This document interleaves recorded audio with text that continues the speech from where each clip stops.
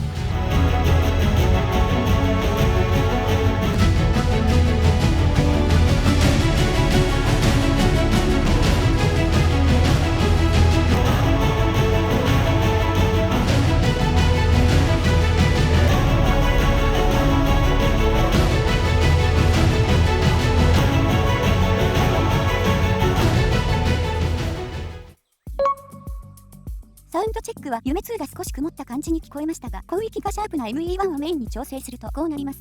2モデルの広域の差は結構ありますからね。あと、中域の差分も印象に大きな変化を与えます。イヤピの比較はこんな感じ。7キロ付近のピークを少し落とせるものがあるかと思ったけど、ご覧の通りでどれも似た感じ。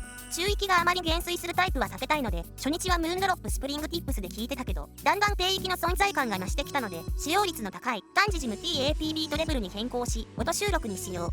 セドナイヤーフィットライトのような軸の長いタイプは装着面でも音質面でも ME1 にはあまり合わない感じがした。では波形比較で、まず ME1 のシングル波形です。なんか最近見た波形とはちょっと違う感じしますね。工程のレベル差が大きいですよね。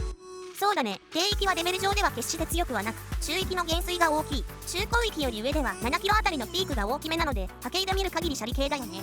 波形で見る限りということは、聴覚上と違う部分があるってことですか？箱出し初日の主張では低域は波形通りの感じで音全体が固めに感じたんだけど、3日目ぐらいから低域の存在感が増してきて、高域も少し落ち着いてきた。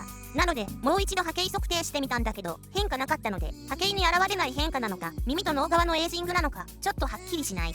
ただ夢2とはまた違った良さがあって、いろいろな曲を聴いてみたくなるお気に入りになるパターンになったね。そうなんですか。では夢2の波形を重ねてみます。重なる部分が少ないですね。そう、目指してる音の方向性がかなり違うってことだよね。低域はピンクノイズだと割と差があるけど、曲を収録してみるとあまり変化のない出方をしてた。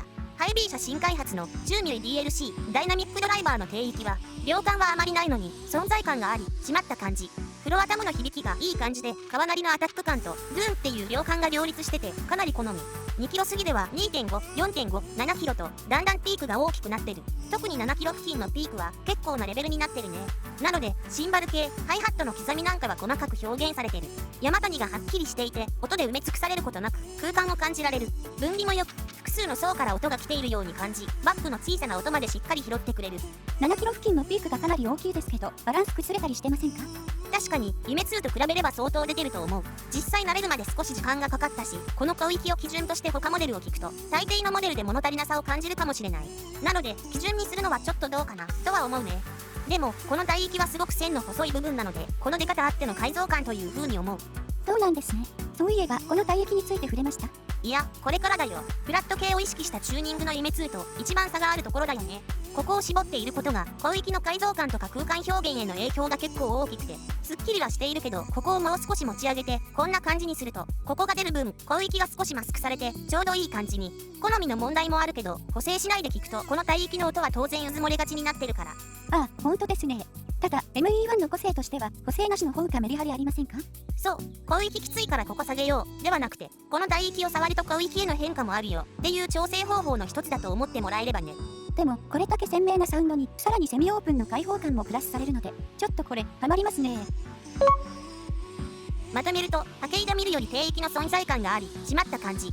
中広域以降はピーク減衰の振幅バランスが取れている。7キロ付近の出方による刻み系の細やかな表現、弱点とも取れる中域は少しの補正でバランスの改善に。あくまで好み。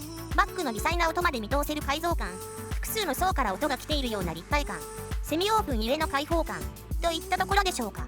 ME1 は小ぶりな夢2とは多くの部分で対照的で、万人受けするタイプのモデルではないようにも思いますが、一旦気に入り出すと手放せなくなる特徴的なモデルであることは確かです。個人的には夢2が好みなんですけど、これだけ対照的な ME1 もすっかり気に入ってしまったので、改造感が高くやや広域寄りでメリハリのあるサウンドを求めているなら、ぜひ聴いてみてもらいたいモデルです。